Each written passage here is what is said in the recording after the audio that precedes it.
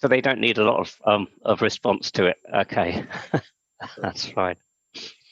So I can't see those chats, and so if anybody asks a question, you'll deliver. That's okay. What I'll do, Jason, is I'll put the questions to you as they come in, and I'll butt in the presentation. It just doesn't work if I find an appropriate moment, so I will just sort of shout over you at some point and interrupt on behalf of the questioner.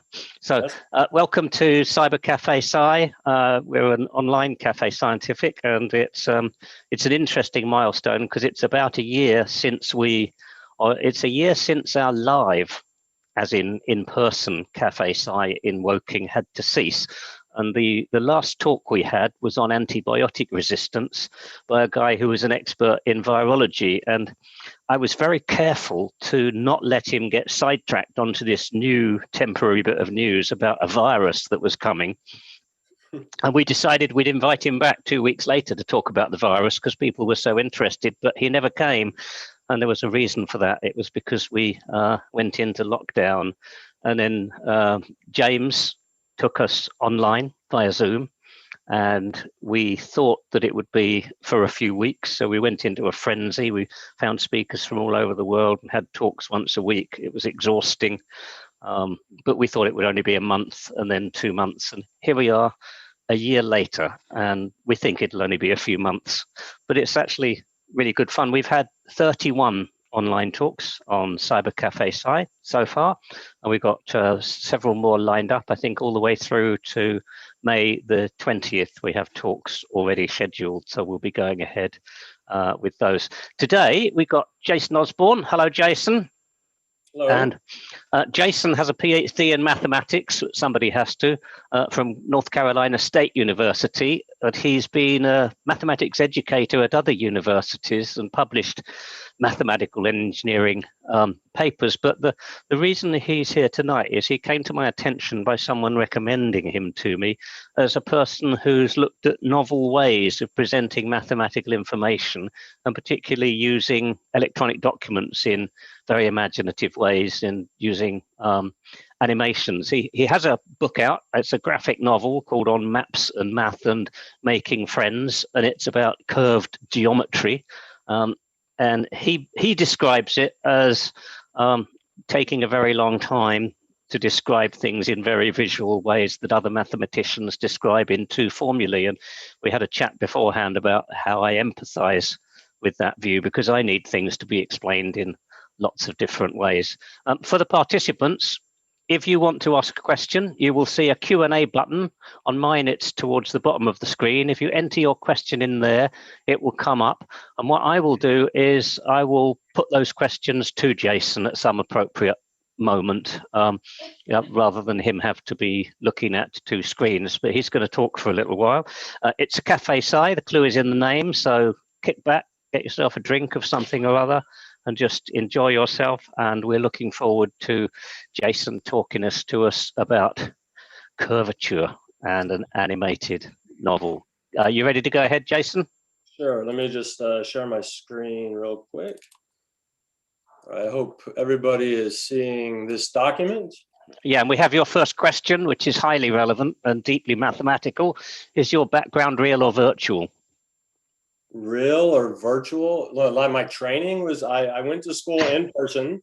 I studied with real people, some physicists and mathematicians, and unfortunately, I'm teaching online right now. So I'm really, I think with the whole rest of the world, kind of confused about what's real and virtual at the moment. Oh, I'll just let you run with that because that was amusing. The question is actually about the virtual background on Zoom.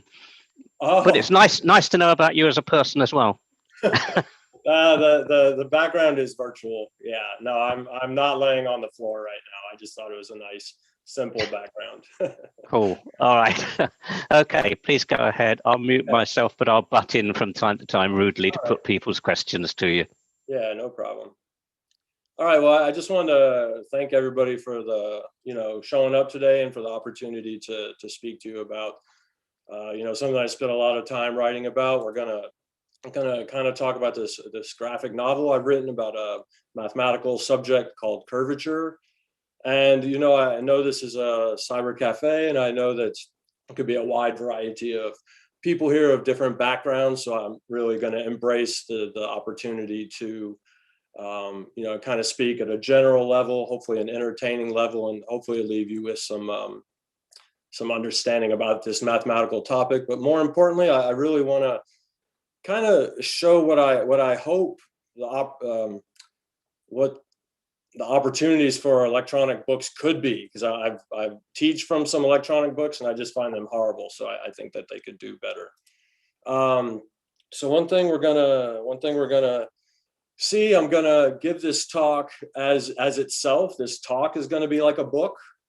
Okay, the talk is gonna be in a couple of parts. I'm gonna kind of motivate. I'm gonna motivate kind of the story a little bit with some of the mathematicians and some of the ideas and my literary motivations behind this graphic novel.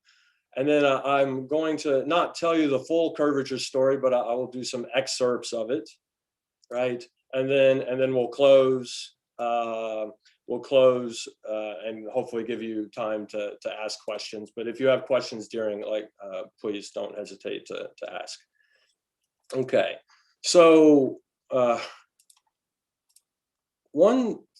here's just a general image of what I'm hoping to kind of tell you about. If you could imagine that there's a light source kind of shining down from the top, and that light source is moving. You might see a light source like shining on a different part of the surface and illuminating, a different part of the surface. And our goal is to figure out and quantify how that surface has basically changed shape. And so that's what we're going to try to get into today.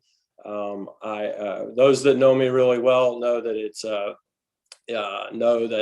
knowing when to stop is a hard thing to do. And because we're also doing a lot of graphic images, knowing which images to include, I really had to think about those that would be the most illustrative. So we'll go ahead and, so if the stage is set, we'll go ahead and jump in. I wanted to start with a book that my wife got me for an anniversary present. This is what wives get mathematician husbands, I guess. This is Einstein's 1912 manuscript on special relativity. And 1912 is 4 years before Einstein's general theory of relativity. And I wanted to start with this book because in the introduction to this book, you've got an interesting quote from Einstein, basically writing a letter to his friend Marcel Grossman saying that, Grossman, you got to help me or I'm going to go crazy. Einstein has really run into some difficulty with some of the mathematics and physics that he's trying to do to extend special relativity to general relativity. And so I thought, what these ideas grow into the curvature idea. And so, look, if Einstein was having trouble, I mean, this is a difficult subject. So I thought what we would do is kind of set the stage. Einstein, it's really kind of interesting here in the top pane. From the manuscript, you can see here that Einstein is writing in a brown ink. I think he's a very poor professor at this point, and he is using a tool set right here. This is for those mathematicians out there. This is a matrix. And Einstein pretty quickly found that this notation was not going to take him where he wanted to go, and hence his plea out to Grossman, you've got to help me. So I think what's interesting here, at least to me, is you notice this black inked line. This is actually an annotation that Einstein has made as he's making his way over to Zurich to a new position, and he's got access to better ink and Zurich and whatever. So at this time, he's marking out the old notation that he was using, and he starts to use the new notation that had been relatively recently developed called tensor notation. And it was this mathematical advancement that I would probably wager really helped Einstein make his way 4 years later to the general theory of relativity. So let me see. So I just to kind of give a little bit more of a backdrop, whenever I'm feeling too like I know enough, I just pick up this book by Schouten. This is Ritchie Calculus, an introduction to tensor calculus. And this is a book with 16 figures, it claims, which is, I guess, a big deal. The credits are given to Ritchie, and Ritchie was present around 1880s and had developed the foundations for tensor calculus, and Schouten had continued to develop these ideas. And so what you can see here in the box, there is this very complicated formula for the curvature, and not a picture in sight, not sort of any indication about what these computations are supposed to mean. And here we have a page that unfortunately doesn't have any figures on it, but this gives you an idea of maybe what Einstein was looking at when he was first trying to get into tensor calculus, right? So basically what I'd like to leave you with is that curvature can be very technical and mathematical, and that is, there is a place for that. But I don't think it has to be the case when you first get into the ideas. So as I was preparing for this talk, I happened to be reading I read Richard Feynman's Nobel speech where he was accepting the Nobel Prize for quantum electrodynamics. And, I'm not claiming to be Feynman or in any way, but I just wanted to piggyback something that he was saying, that he's going to use the Nobel lecture as an opportunity to do something that he couldn't do elsewhere. Okay. And he asks everybody's indulgence as he kind of tells stories and the pitfalls and the dead ends that he ran into along the way of developing his result. Okay, so I'm going to ask that same indulgence. There are some images and some ideas that I'm presenting in this talk that really probably have no really relevance to the curvature topic. Like here we have in the curvature story, I have one character, her name is Brenna, and she lives in Australia. She's going to end up traveling to North Carolina, where our other character, Pete, is. And, and this is the backdrop behind which a curvature story is going to develop, right? This traveling, this maps background, and just these two characters trying to understand this difficult topic. Okay, so we'll go ahead to the next page now. Let me just a quick short story on my own evolution to get here. You'll see an interesting evolution. These are some papers I've written with my co-authors, and you'll see that they have as many formulas as the Ritchie calculus book does. Not a lot of figures, but I've been making this evolution over time to really trying to draw these pictures so I can better understand for myself what my formulas were actually doing. A friend had done a great example that challenged me to do an example. And this picture right here, where you have two particles, one catching the other, this picture on the left is the culmination of a lot of work. But finally, we're making our way to just almost a pure picture approach. As I was trying to extend some results, I really hit a wall. I kind of realized that I didn't understand curvature as well as I needed to. And so that kind of led me to Michael Spivak's Comprehensive Introduction to Differential Geometry. So this is a great book. I love the cover. It kind of gives you a real sense of Professor Spivak's character and just his dry nature.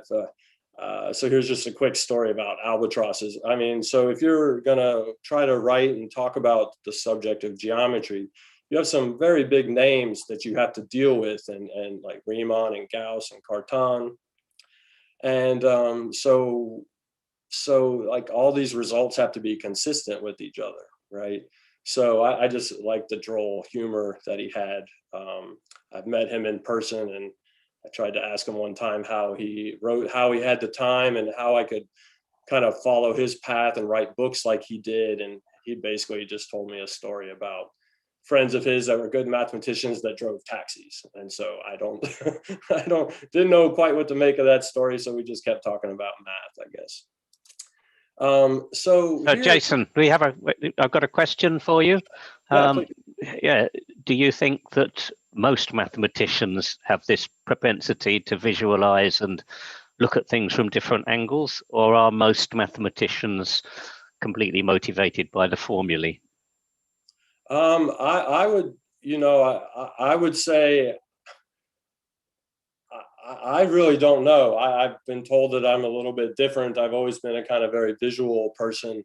I think there's people that, yeah, really don't need images. They don't need these ideas to understand the concepts involved.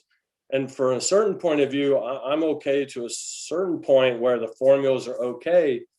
But but at some point when you're trying to do something new, you run out of what was currently known, right? You're not just following a book anymore. So you have to come to your own understanding so you can extend it.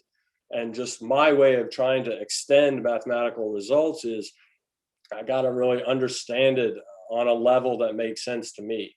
So the visuals are what is kind of what helps me make sense of the ideas, right? And I just think you'll see in just a moment. I think it's going to be just really uber fascinating that when you can match the formulas to some of the pictures that I'm going to show you, that just really adds to the story to me. And I know one of the ideas of talks like these is to make some of these ideas accessible. And I know that not everybody sees formulas the same way mathematicians do. So I really wanted to get across some of these ideas via visuals, which I think grounds everybody in a common visuals. You can see Feynman speaking here on the left. This talk made through several edits. One of the things I was going to show is Feynman has talked about this idea of visuals and how he thinks and how physicists and other maybe mathematicians think. And he was talking about, seeing formulas, some snippets of images. That's kind of what he sees. But he says it's really not something that he could describe. And so one thing I was trying to do in this talk is to kind of give visuals to what is in my mind behind this subject. Okay. I don't know if people have seen recently I think 2019 it came out, the first image of a black hole came out, and I think this result nicely fits with curvature. It nicely fits with what Feynman is talking about here. That if anybody, a scientist, has ever tried to explain what they're working on to their friends, they often run into a lot of difficulty, and it's because there's a gap. People have a gap at the foundational ideas. So we don't need to go to the formulas. We might just need to start with some of the more fundamental ideas. And, and people are excited about science. People are, I'm sure, are very excited about this first image of a black hole. I'm trying to go the next step and say, well, if a student or somebody is interested in that idea, where would they start to get an idea of more about what's going on behind the idea of a black hole and curvature and how that bends space-time to affect light. And it's that bending of light that gives this theoretical black hole image shown here. Okay, so Feynman was also saying some things, that one thing that mathematicians are always having to do is just confront where their ideas stack up to what has been done before. So we've got this self-consistency built in. Our results have to match up with what other people have said, right? And so I was thinking about, what some people might think the Earth is flat. I'm not going to go that far. I'm going to say that the Earth is it seems flat, but it's actually flat-ish, right? And I was looking at, here's a Google Earth image of a 1 kilometer square of farmland in Iowa. And it takes a while to get down and see what that 1 kilometer square looks like. But once you zoom in enough, it actually does kind of look flattish, right?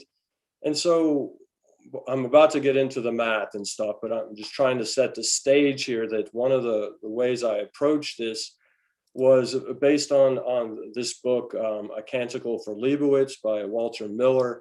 And what was interesting about this book to me is it got me really thinking about the subject of time and how information and knowledge can transform over time and how knowledge can be lost. And what was interesting here is here's a little excerpt from that book. There's some sort of apocalyptic event happens. The world has had some problems with scientists. Scientists caused some difficulty, and I think there's been some backlash to knowledge, and books have been burned. So the monks have taken knowledge and saved it and put it in monasteries. And a lot of time passes, and the book follows how this knowledge comes back to light to a scientist, an up and coming scientist. And here, this is an interesting quote where they're talking about the scientist is looking at, the character doesn't say it, but I believe they're looking at some papers of Einstein's where they're talking here about tensor theory, right? And the tensor notation, and just how astonishing this is, and how, there's an idea that, right, this person can't tell if it's superb, is it a brilliant, is it a hoax, right? So here, this is the way I think a lot of people view mathematics and science in general. You might look at some of these results and you might not know anything about what that is saying. You can't even say if it's true or false, or even likely to be true, right? And I feel this way myself about other branches of mathematics. Like, I could look at another mathematics paper from a subject and I can't read heads or tails of it, right? So what we're going to do is we're going to kind of set the stage. Before we move on from your square and related to it, question come in. Yeah. So for you, when you see a formula that includes a squared term, do you typically visualize it as a square shape, or do you visualize it as a circular shape, or does it depend on the formula? My wife and I have had conversations about this. Like, we've said, like, okay, orange, like, what do you see when you say orange? Do you see the color orange, or do you see the orange, the fruit orange? And I see the fruit and she sees the color. As far as squared, like, if I see a velocity squared, I'm not sure I actually see a square. I just see a quantity being multiplied by itself. That's probably what I see. Oh, but if you mean, for example, like the picture back here where we had the square, this square, is this what they're referring to? Maybe.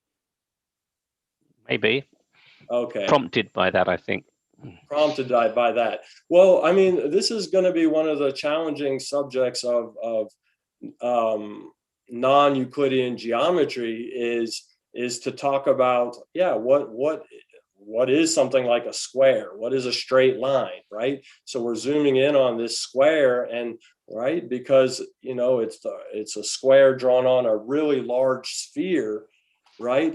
That essentially that 1 kilometer square, 1 kilometer square on each side, those lines seem really straight, right? So when I see that, I see somebody who's maybe surveyed and rolled out 1 kilometer on either side, and you can measure the area of that kind of thing. So I think we can pursue this a bit more, because I think I get some background to the question. So when my grandchildren are learning their mathematics, they learn about square numbers being square, and then there's the square on the hypotenuse, which kids learn to draw as an actual square. But George's point here is that a circle is pi r squared, so that if we see pi r squared, do we see that as a square or a circular square? I think I might have interpreted that correctly. I see. Well, I think so. So the question is a good one from them. So that's the area formula for a circle, pi times the radius squared, right? And the area of a square is the two numbers, the length and the width, multiplied by each other. So yeah, I think there is something to, I guess that's the difference between the number pi. I think pi is what is fixing that problem, right? And making the area of a circle come out correctly. Yeah. So is this like the old joke about topologists? They can't tell a donut from a coffee cup because they both have just one hole in or something. yeah, I No, we'll mean, leave that. I think you could probably get to them by saying which one would they rather drink coffee out of. They'd probably rather drink out of their coffee mug rather than the donut. Yeah. But We can try that. I'll let you get back to your talk. okay. Yeah. So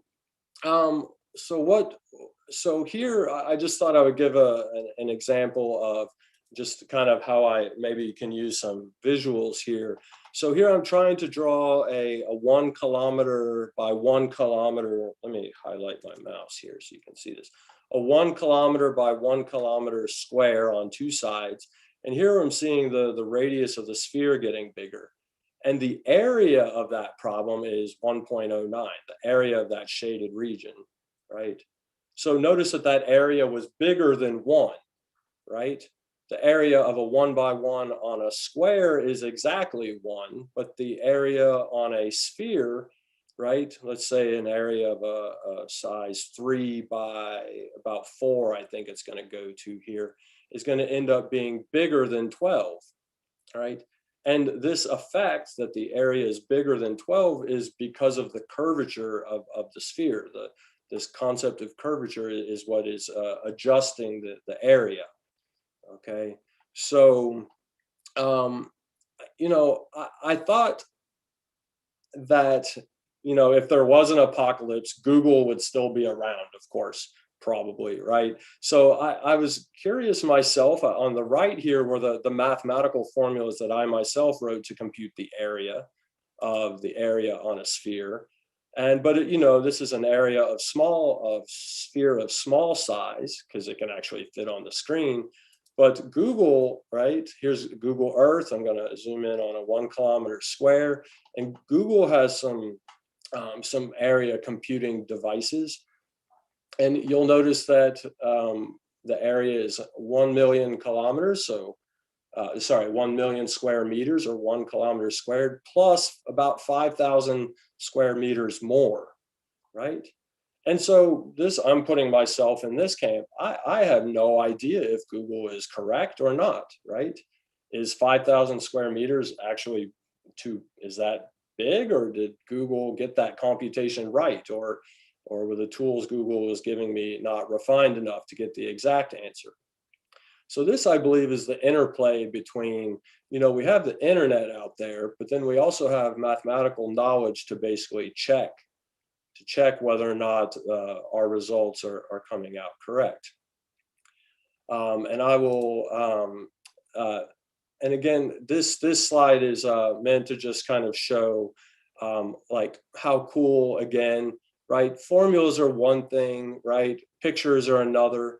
But how I think that maybe if you had like some formulas that you can see the numbers changing, we can see how the area is changing as the rectangle gets closer and closer to the equator, right? Where we had the picture drawn in Google, right? And then we can see our numbers change with latitude. So this 1 kilometer squared changes area, right? Now, I know this isn't for everybody, but I always wanted to give my justification for where my computations are coming from. And for those interested people, a book should always have something for everybody, in my opinion. So here are the computations that I went through to kind of get these area formulas. So here is the area formula, right? The area formula for a 1 kilometer square at any latitude m on a sphere, right? And I thought, well, that's kind of cool, right? And now if you follow this to its conclusion and you put, a number latitude near the equator, and you put a sphere the size, the radius of the Earth, we actually see how bad Google's computation was, because a 1 kilometer square at the equator is only about, it's a 1 kilometer squared plus 50 meters squared, not 5,000 meters squared. So Google Earth really overestimated the area, according to my calculations. Now, I could be wrong, but I don't believe that I am. So again, the reason for these area differences is because of curvature. And like we've said, curvature can be made very mathematical. There's a lot of computer work that I've done to kind of make these visual images for you. I want to kind of introduce to you right now this vector, this vector n. It's this arrow that's pointing straight up on the surface, and you can see here this n vector, the normal vector. This is one that we're going to pay particular attention to in the rest of the talk.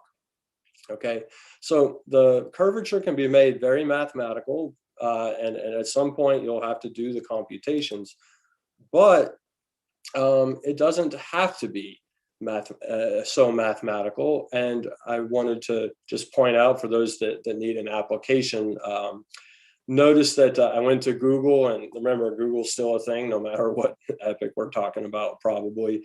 I did a Google search for corrugated stainless steel. I know in the UK, a lot of barns and buildings are clad in this material because it's very strong. Okay, so what does this corrugated steel have to do with curvature? I've taken a square right here, okay, and I've zoomed in on it, right? And you can see that this light blue region is maybe kind of the shape of that corrugated steel. And then what we're doing is we're highlighting a section of it. We're highlighting a section of it. And let me show you an interesting idea that Gauss had. Right here, as we move along the outside of the edge of this region, right? You can imagine that you're walking around it, and your head is this arrow. Your head is the arrow tip. Okay. Now Gauss had this absolutely brilliant idea that he would take these arrows, these normal vectors, and he would move them to the center of a sphere of radius 1, right? And so to Gauss, what curvature was how much your head changed and tilted and changed, excuse me, changed direction over a certain amount of area, the pink area here. So being able to compute area is the first step you need to compute a curvature. The second thing you need is to be able to compute the area. You need two areas, one on the sphere, one on this sphere down below, and one area of the pink region above. And then if you divide this area by this area, you will find what is called the Gauss curvature, how much the surface is curved at that point. Right. Now, the really interesting thing, and the reason I started with this example first, is because you can see right here, there is no area. There's no area created on this sphere here. It's just all the vectors are pointing right along this line here. So one thing you find is that 0 divided by whatever that area is 0. Which is a fancy way of saying that corrugated steel is flat, right? It has no curvature, right? That it means that it was constructed from probably a single sheet of steel, and that shape was pressed into it and molded.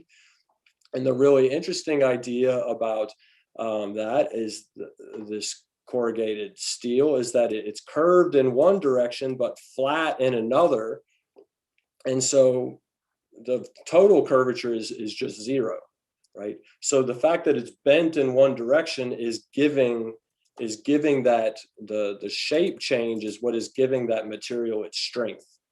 Okay, so this is a theme that we'll see kind of happen throughout the talk, is that shape matters in many situations. Okay, so in this case, the change in shape is giving it some of its strength. Now, just because an object looks curved, what we're finding is that it is not actually curved. The curvature can be 0, right? Which means that it's essentially a section of can be made by conforming a piece of paper to it without any wrinkles happening. So the same idea here is a surface that actually will have some curvature. Gauss had this brilliant idea: take these vectors, that are pointing normal or perpendicular to the surface, and then move those vectors to the center of a sphere. And now we can see that there actually is some area being created on the sphere. So this area on the sphere divided by the area of the region itself is giving us how much the surface is changing shape over a certain amount of area. And that was Gauss's contribution to computing curvature. Okay, so it can be done very geometrically, and where the numbers are coming from, now that is where some mathematics have to come into play. But again, I'm hiding some of the mathematics so that people can get a sense for the, we can see that the, right here, sorry, I know this is probably a little bit small, but you can see that as the region gets smaller and smaller and smaller, we're getting the two areas divided by each other are going to be approaching a number which is going to be the curvature of the surface. Looks like it's around 3.8, something at that point. Okay, so here we have one of the big leaps ahead with curvature was 1826, Gauss. And here we're going to start to see our first images from the graphic novel that I've got. I kind of wanted to put all this in the context of there history. Before Gauss came on the scene in 1826 and 1760 and 1776, there were these ideas of like shapes that we can probably understand a little bit better, like circles. So just, you can say some really interesting things with circles, and let me show you right here what I mean in the picture up here on the left, right? What we're seeing is a curve, right? It's this helical shape, right? It's this helical shape. And we can see that there is as the circle moves, this circle is kind of conforming to the shape of the curve at that point. And you're noticing that the circle is not actually changing radius, it's staying the same shape, right? And Euler's contribution in 1760 was that the curvature of a curve is 1 over the radius of this circle that conforms to that curve, right? Now, what you can see here on the curve on the right, this is more like a roller coaster that the helix is tightening down. And you can see that the circle, to conform to the shape of the curve, the radius has to get smaller, right? And as the radius of the circle gets smaller, 1 over that smaller radius gets to be a big number. So the curvature of this tightening spiral is increasing, right?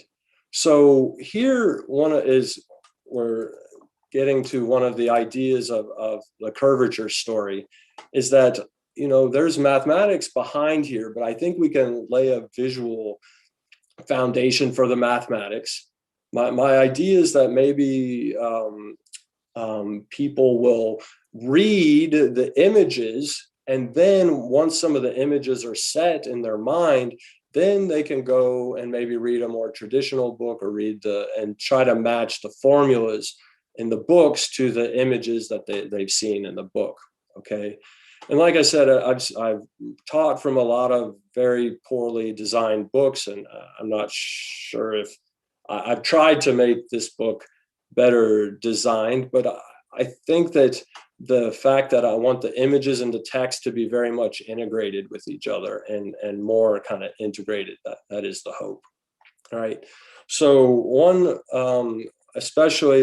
one idea that I won't go into too much, but it's very important to find the angle between this circle. There's an important quantity that you need to compute between this circle and the normal to the surface. So the surface's direction, we're really going to need in the mathematical computations, what is this angle here between those two vectors, right? And that was Musner 1776's contribution to really realize how important this angle theta was between between the circle that fits the curve and the normal direction of the surface. Okay, so let me see. Let's continue on. So another principle of a curvature story is, like I said, visual definitions, if at all possible. I think geometry is a subject that really lends itself to visuals. And so, for example, one thing that we're seeing here is this very key idea of Euler's are these idea of what are called principal directions. And you can see that this vector here, the gray one, coincides with a circle that is in that same direction, right? And we've learned that the curvature of that circle is 1 over its radius, right? So one can find the curvature of the curve in that particular direction. One can also find the curvature in the other direction, right? And these two directions are special because they are the directions of maximum and minimum curvature. And it turns out that Euler's result and Gauss's result speak to each other, because if you multiply the two curvatures here, you get the same curvature that Gauss got from his area computations. So this is, one can compute surface curvature from curves, specifically these curvature of these circles, and or through Gauss's computations on surfaces with area. Okay, so visual definitions if possible, like I said. So it's not that there's not mathematics. It's not that there's not mathematics involved. It's just my preference to kind of show you the images and put the mathematics in the background for the people that are interested in it. Okay. And one of the most important results of that we have is that the curvature of a sphere is 1 over its radius squared, right? And so this is why that I think people might think that the Earth is flat, is because the Earth is actually quite a big sphere. It's a sphere of a large radius. And when you square that number, that gets even bigger. And 1 over that big number is pretty small. So it's not, right, the Earth seems kind of flat because it's actually a pretty big sphere of a big radius. Okay, so not completely unexpected that people might be, and not everybody takes spherical geometry. So, I mean, a lot of people just take Euclidean geometry in school. So they probably, it's to be expected that people might be confused about some of these ideas. Okay. So one thing that's just a little spoiler alert here. Right. One thing we're going to find is that our characters I've got are on a road trip. Brenna has traveled from Australia. She's met this character Pete in North Carolina, and they've traveled to North Carolina to meet some professors who understand curvature. And if you've ever had a professor before that has just talked to you and said things that you had no idea, no way to comprehend, we've all been there, right? And that's where Pete and Brenna got to. And so one thing we find that the book that you're going to be reading, A Curvature Story, are actually Pete and Brenna's notes about reading like the professor's notes. So what we're reading is Pete and Brenna trying to make sense of these complicated ideas that are before them. Okay. And I've always found that maybe your students take on a thing, and if they're good writers, and they may have a lot to teach us about simplifying ideas down to their essence. Okay. Now we are up to about 1854 at this point. You'll see that Ritchie, the book that I mentioned earlier, was 1900, 18 whatever, almost 1900. And that this mathematics to develop curvature with all these mathematical formulas was around the 1850s to the 1900s, just in time for Einstein to come across them and be ready to help him finish general relativity. Okay. Now, our characters do hit a mathematical wall here. The mathematics, the actual computations are a bit too much for them. They have a good sense now of geometrically what curvature means and intuitively what's going on, but they can't do the computations yet. It's just beyond them, which is, to be expected. Sometimes people just you have to learn more, and they're just not quite there yet. Okay, so we're up to about 1912, 1916, and I believe that one can't talk about these mathematical ideas without doing some amount of physics, right? It was very important in the examples I did a while ago to show that the curvature of a circle is 1 over the radius, right? And I believe the easiest way to go about doing that is to talk about, right, the physics, like running around a circular racetrack. And as you run around a racetrack, right, we know that if you've ever run track, that there are some forces that you kind of have to lean into because you're running so fast around the circle, right, that you have to lean in so don't throw yourself off of the circle. Right. So this idea that the curvature, the shape of the circle is inducing a force on the person traveling around it, I think is an absolutely fundamental idea to what to lead Einstein to his ideas that curvature, which is a shape, and gravity, which is a force, that these are somehow can be related to each other. And I thought that, just starting with the equation, and circular motion around a circular track, like that would be a good place to start and develop the curvature of a circle is 1 over the radius. And from there, you can then get into all the other geometric ideas behind the mathematics. Okay, so let's see, where do we stand? Okay. Now, there's curvature, then there's mathematics, and maps. So really, also wanted these are some of the anecdotes that kind of go along behind a curvature story, and they're kind of included, to make the story interesting, but also to kind of set the stage that our characters they have drawing and maps in common.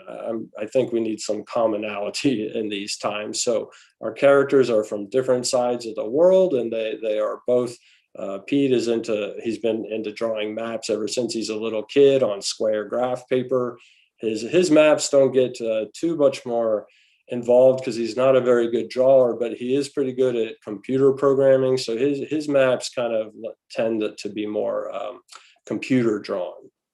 Okay. Brenna, she's kind of a spitfire. She's been drawing treasure maps since she's been a little kid, and her maps get more and more complicated. Her adventures get bigger and bigger, and so she's got pirate maps, that treasure maps. That is her take or entry point into curvature, and they have this commonality that they meet each other. And they get a little bit older, and they want to start to delve more into why some computations that they're doing are wrong in a way. So I made a part of the curvature. Okay. Yeah, we've got a question there, if you don't mind. Sure. And it's to do with the different approaches the two children take to drawing their maps. It's a reference here to a professor of mathematics homeschooling his child and very annoyed by them being taught alternative ways of doing the same mathematical operation. And his quote was, "Children only need one way to do something in maths." You've presented two children doing the same thing in different ways. What do you think about children only need one way to do something? Well, my wife and I don't. You can have be children, rude. so You can be dismissive. I don't want to step on any toes here, but my take on this is that learning is a life process, right? So I can say that, I've written this book. This is representing, right, my recent evolution in my understanding of curvature. When I was first taught it, I was taught the mathematical way, these mathematical computations, but something was missing, right? I think the more that you get different ways to compute things, I think you're actually shedding light on the three-dimensional aspect that is that problem, right? And you're gaining more understanding of it, right? I'm sympathetic to different, like, what's wrong with just memorizing the multiplication tables? I think maybe that shouldn't be messed with, but I believe that multiple ways of knowing a thing is probably for the better. But that said, right, when you learn it the first time, you've gotta be taught the way that the teacher or the instructor knows the best. So I don't want to lock anybody's ideas down the first time, but yeah, that's my take on that. Hopefully, yeah. But yeah, I personally think, and what we're going to see here is that there's a trade-off between our two characters. That they both have different skill sets, right? They both are trying to solve the same problem. They are, based on their skill sets, like having different understandings of the problem, and together they're going to, based on their skill sets of maybe doing computer drawings. Brent is really good at mathematics, so like just writing computer code, you can get the wrong answers. The grounding in the mathematics tells you if you are, in the right ballpark, or that you might have made a mistake in your code, and the mathematics tells you that. So these two characters, I believe, play off of each other, right? And their goal is to learn and to fix some mistakes that they made early on, and here the characters are focused on that the curvature of the sphere is actually making some distance distortions in their map here. So we can see that one way to make a map of the Earth. I'm looking at the Earth from the top here, and you might imagine like a light source at the North Pole, and that light is shining through the sphere, and wherever the light beam, I'll draw this right here, wherever the light beam extends out, touches the sphere, and then comes down and hits the flat piece of paper. That's where the map is drawn. The map pixel is drawn from Australia on the sphere. But one thing you can see here is that the distance across Australia in the map is different than the distance across Australia on the sphere, right? And that's because this circle that these 2 points are on is on a circle of bigger radius, so it's further across, right? And the fact that there is that distance distortion and map making measurements is a result of the fact that the sphere has a curvature that is non-zero. The sphere is not flat. The curvature of a sphere is 1 over its radius squared, right? And so this brings us to present. If one was really excited about the Event Horizon Telescope team and their talk, if you haven't seen this, I would encourage everybody to watch this. I've given the link here. Probably best to Google, keyword search it, the Smithsonian Channel, Event Horizon Telescope, Seeing the Unseeable. And it was a great talk by one of the principal investigators of that team about how the challenges and how they got this image, okay? So here we have a result over 250 years in the making. If somebody was interested in delving into why, for example, right, a black hole image is what it is. Black holes are curving space-time so much that light gets bent around that black hole, and if you understand that bending, then you can understand the images that were ended up being created. So that's a result 250 years in the making. The curvature story was only 2 years. And yeah, go ahead. A question from George. Clearly, some formulae can be expressed graphically, but do you believe that every formula can, with enough effort, be expressed graphically? I would mathematicians, when you say always, I would probably verge on the side. No, I don't. I'm not sure every formula could be visualized graphically, or just people might not want to make the effort to do so because, like you were saying earlier, Chris, formulas are alive enough themselves to some people, so they don't want to make the effort to describe it. But like I said, for me, I think some of these formulas in geometry really elucidate and add to the formulas themselves, right?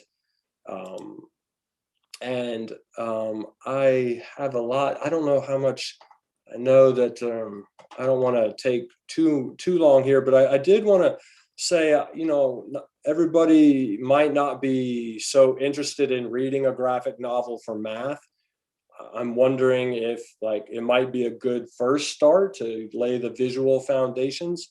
But I've also at the end of the book given the professor's notes themselves. So these were the notes that Pete and Brenna were working from. So you can see that they're written like a pretty traditional math book. They got some images fixed and some formulas. But, isn't it great now that we can look at this formula here, for example, like this formula here, for example, and realize, hey, that's this ratio of these two areas as the region gets smaller and smaller. Right? That's where these formulas, if you follow the mathematics, that's where these formulas come from these geometric ideas. So I just think that that's pretty cool. And I do want to allow the reader to have, the ability to read a fixed page of content also, right? So I'm going to skip this page. And if anybody wants to know, kind of the motivation, I can just say that one of the ideas in the book I'm curious about is how to organize these electronic documents, how to organize them. So here I've got a graphic, I've got a story that's happening. I've got you can kind of click and you can go to the table of contents. The main page to come back to is the table of contents, and you can kind of pick where you are up in the story. Okay. So I have a lot I could say about the philosophy for future work, how to organize these documents, but I can see that I want to get to this last slide first, and then we can take specific questions if there are any more. So there's an article in volume 56, number 2 of the Notices of the American Mathematical Society. Freeman Dyson was a physicist. He was giving a talk, and this talk, the transcript became this article in the Notices, and the title is called Birds and Frogs. And so this kind of gets at, right, even this mathematicians, kind of their broad categories of things. There's birds and frogs. Birds are these high-flying mathematicians that see the broad scope of a problem. They see how, for example, geometry and calculus might be related to each other or something like that. So they're seeing relationships because birds are flying so high. Is kind of the analogy there. But then there's frogs, and you think frogs are these ugly things, of course. Right? And frogs live in the mud. But, the important thing about being down in the mud is that you're seeing details, right? And so there are mathematicians that are really focused on the details of problems. And some very fine physicists and mathematicians have been frogs. And Freeman Dyson gives von Neumann to be a frog, right? And I would definitely put myself in the frog category, I believe, right? But maybe you're neither a bird nor a frog, so maybe you don't want to fly around, or maybe you don't want to like rivet around, right? There are lots of other ways to get around, and I will leave you with this image here of a snake, right, jumping out of a tree. Now, I think we can agree this is neither a bird nor a frog, but is doing something that maybe a bird might do. And you'll see in this image, you'll see the snake's tail changing shape, changing its shape. And now this snake is able to do something by changing its shape, its curvature, to do something that it wasn't able to do before, which is to get lunch, right? And so the reason I got here in the first place with curvature is because here is the traditional form of curvature, this complicated formula. There are some other terms in this complicated formula that one might be able to use to do like shape change and control, to make an object do a thing that it couldn't do before by changing its shape. So there are mathematicians, a friend of mine in graduate school being one of them, who study snakes. Snakes are expert shape changers. And there we have it. So I will just close with that little video. I thought it was kind of a good place to end. Okay. Thank you for your time and your attention. And thank you very much, Jason, for talking to us. That was very insightful and fascinating. People do a thing here where we sort of raise the hand and lower it, and you see that in the participants list, and it's a form of applause or clapping. I'd just like to make it clear to all our listeners and viewers online or offline that the speakers at Cafe Sci are all volunteers. They speak here because I asked them to, and they graciously accept, and that's wonderful of them. I'm incredibly grateful to them for that. And the Cafe Sci is entirely run by volunteers. The principle of it is that it's free to attend and open to all, and that's something that we always try to stick with. We've got a few questions left over, Jason, if you're happy to I'm happy to take any of them. Yes. Okay, so Sarah says I need to ask this question if it makes sense. And it does sort of make sense, because Sarah, like me, was brought up partly on digital signal processing and sampling theory. And she says, is measuring curvature like sampling, in that you don't know what happens in between the measurements you make? And if so, how do you cope with that uncertainty? Well, the mathematicians get around this by talking about the curvature of shapes that are, quote, smooth. So there's no rough corners. There's no places where you've probably lost information, or you don't have enough information to make this computation. So, for example, like with the let me see, where was it? Visual definitions. Yeah, so right here with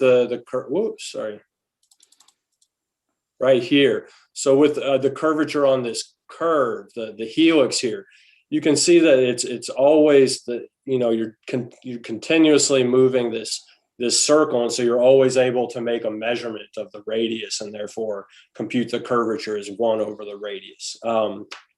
So you'll notice that all the shapes that I'm doing here, these pink regions, are all nice and smooth looking. So that's how the mathematicians get around this. We'll say that we'll find the curvature of a smooth manifold, and we leave it to the engineers and people to deal with the difficult real life situations where things are jaggedy and stuff.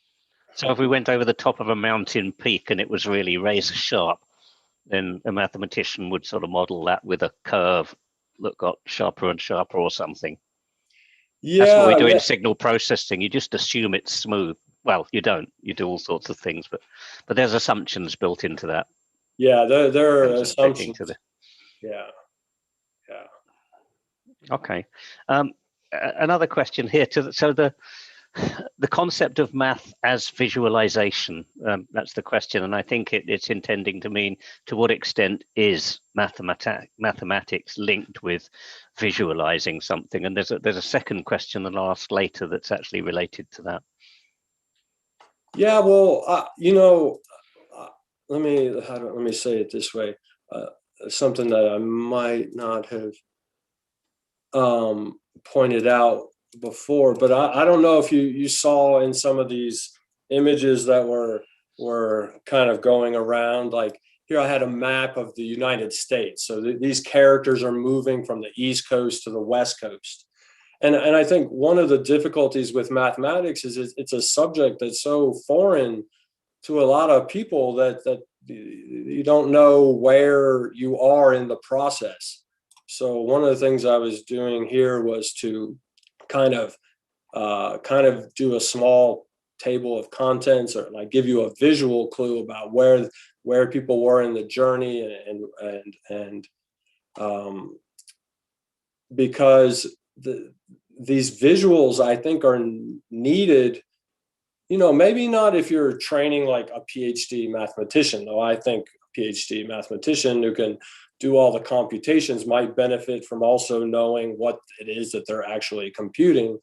But I'm hoping to also in this like book kind of help math get a better name for itself. I think math kind of gets trod upon because they say, oh, there's too many formulas, and I was never good at formulas or whatever. So I'm trying to say, like, let's separate the math and lay the visual foundations first, and then if that gets people interested, then they can move to the next level.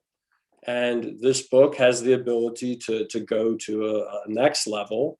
And then if you want to go to the next level, then you pick up a real book on differential geometry or something like that. So I view this as a first step in a process of helping people get a visual foundation for these formulas that they might not have been given otherwise. Okay, and the next question actually speaks to me quite a lot. Before this, before we started broadcasting this, Jason and I were talking about mathematics and how I think both of us know mathematicians who the formula speaks to them in itself, and a visualization or arm waving or discussion about and around it just sort of gets in the way, so that they become irritated by it. But to what extent do you think visualization contributes to the moment when a person goes, literally, I see, and at that point an understanding crystallizes that is greater than perhaps an ordinary person can get from simply understanding or memorizing the formula? Yeah, well, I mean, I can tell you that happened. I was giving a practice version of this before I gave this talk today, Chris, and one of the students that was in the talk I was giving around ideas related to this emailed me afterward and said, I'd like a class I had taught him in the past, and in the talk I was giving them that day, like he'd never seen mathematics visualized like this. You know what I mean? I was the first person to really do that for them. And I just think it's a real shame, and I do appreciate the Britishism when you call it maths. I much prefer that to math. I think that I think it's more representative. It's an indicator that perhaps maybe a student might not be drawn to algebra or whatever, but they might really like geometry, right? And a funny story about that, I got kicked out in high school out of the advanced level geometry class, and I got kicked down to the lower one, and I ended up becoming a PhD geometer. So I don't know what this says about the education system. But the point is that it's our job to present things in ways that the most people can understand, and I don't think that enough effort might be given to visualization, because it just takes so long to do, and a lot of people don't want to take the time, I believe.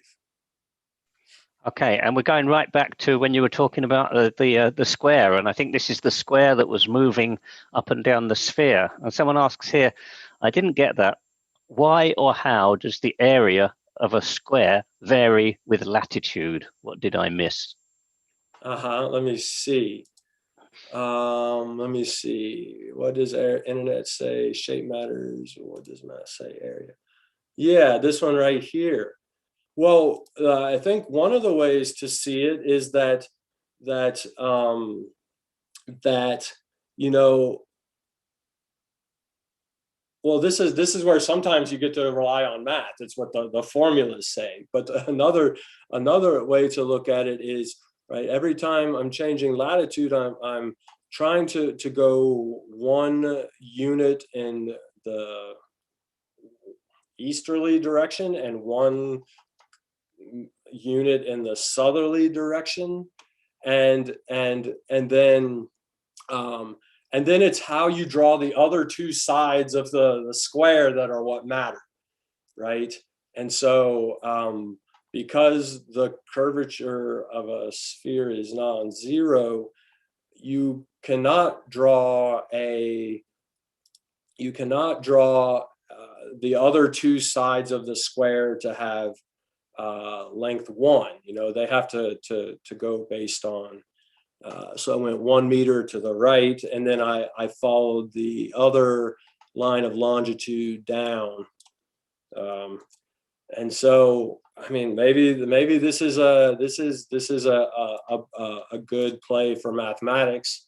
That sometimes it's maybe hard to believe a thing, but this is why we have the formulas do kind of come in and back us up.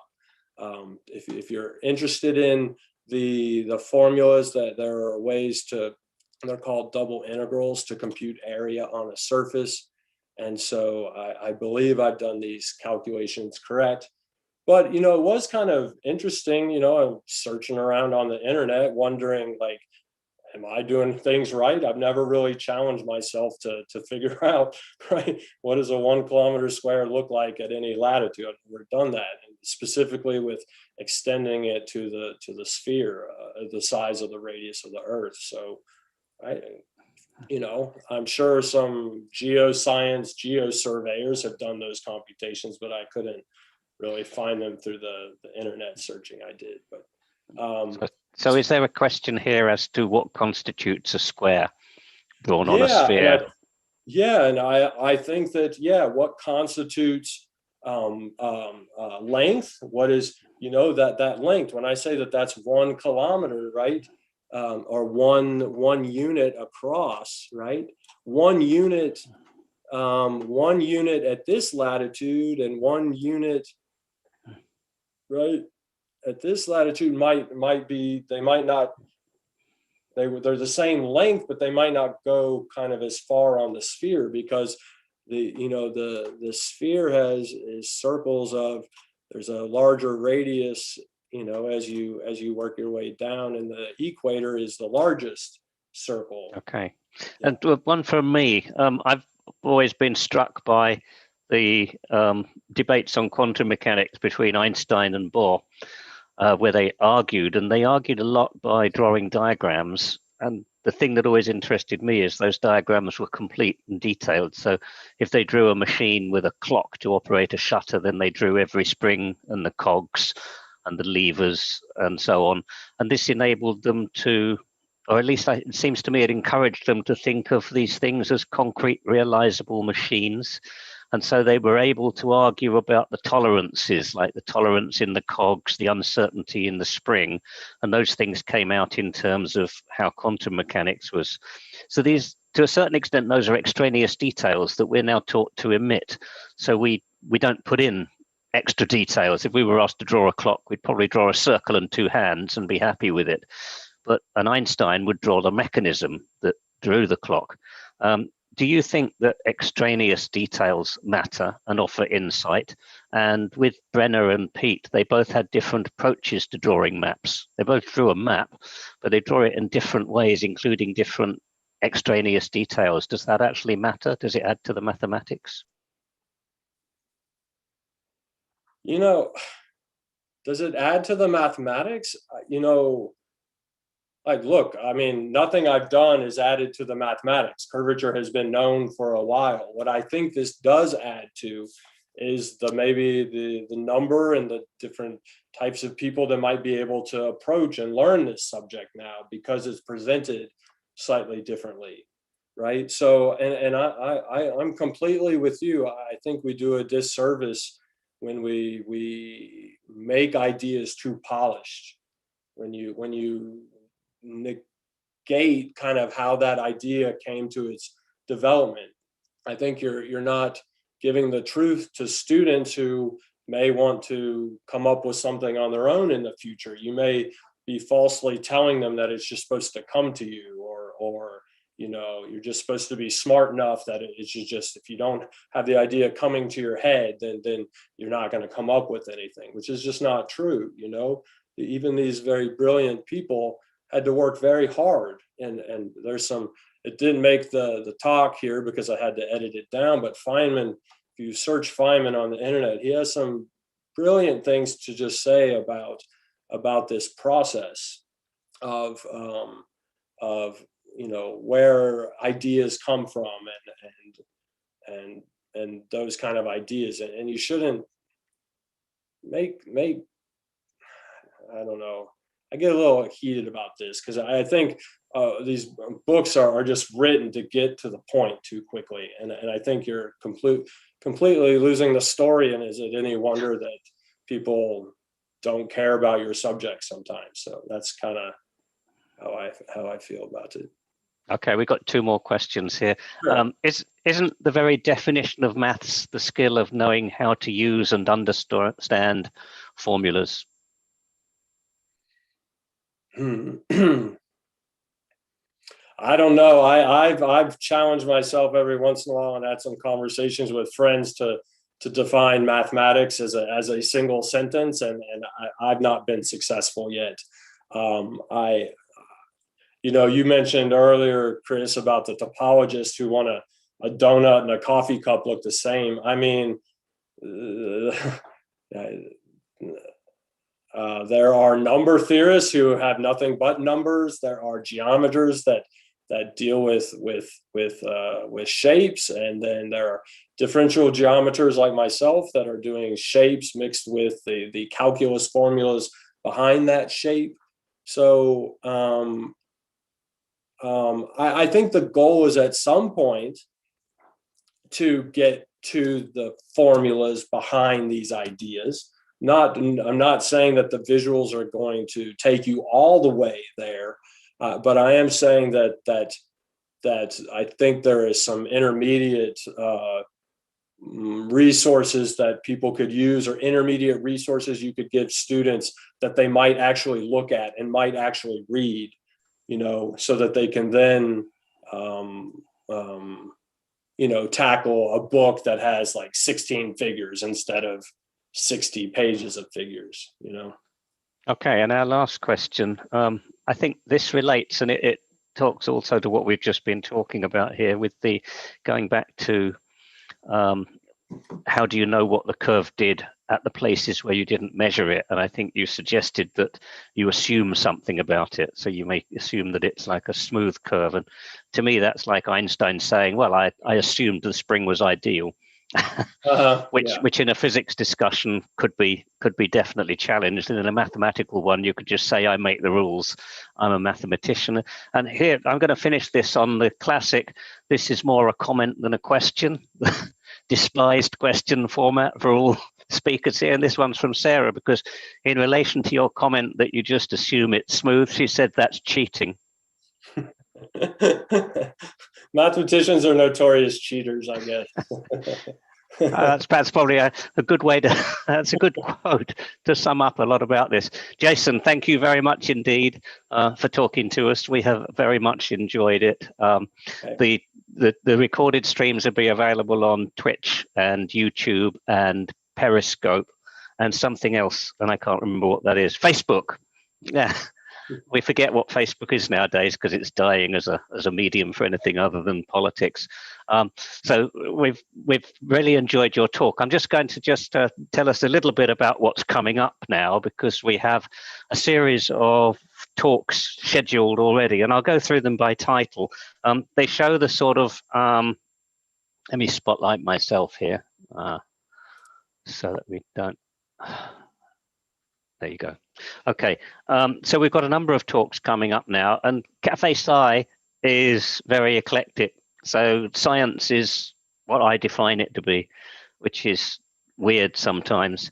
On the 4th of March, we have a talk on the science of the undead. I have no idea what that's about, but I love the title to it. And since Woking, our hometown, is the first place in the world, I think, to have a museum of the dead, that goes down very well here. On the 11th of March, we've got me talking about how to look for cosmic rays in your beer and fail to find them. And those of you who follow me on Twitter will recognize that from all of the many pictures of beer that I have posted over the years here. On the 26th, we've got the poetry of science. That's Sam Illingworth, who's a poet who, as Jason uses graphics and animations to communicate mathematics, Sam is exploring the use of poetry to communicate science, especially to audiences that aren't receptive to the normal means of doing it. And then continuing that theme, on the 8th of April, we've got someone talking about comic book science. And that's not just comic book science, that's taking published, peer-reviewed academic papers and rendering in the form of a comic book, which I like to think probably puts them in their proper place, because they're basically writing a comic in very convoluted language. On the 22nd of April, we have a talk on space, topic to be decided, and then we'll have a little break until the 20th of May. And on the 20th of May, we have Helen Sharman, who was the first British astronaut, and she'll be in conversation with me and taking questions from people on space, on life on Mars, and if we're still in lockdown, how to psychologically cope with being cooped up in a very small, uncomfortable space for a very long time with nobody to talk to. That talk will not be recorded because Helen's talks are not allowed to be recorded, so you can only attend that live. We'll be going out on the streaming platforms, but it won't be recorded. So if you want to watch that one, you have to be here on the 20th. And finally, as I always do, I'd like to thank you, the audience, the people who came along and listened to us and watched us, including those who are watching later on the recorded streams. Thank you very much. Hope to see you again at another Cafe Sci, and a final thank you to Jason up there. And it's goodbye from me, and it's goodbye from him.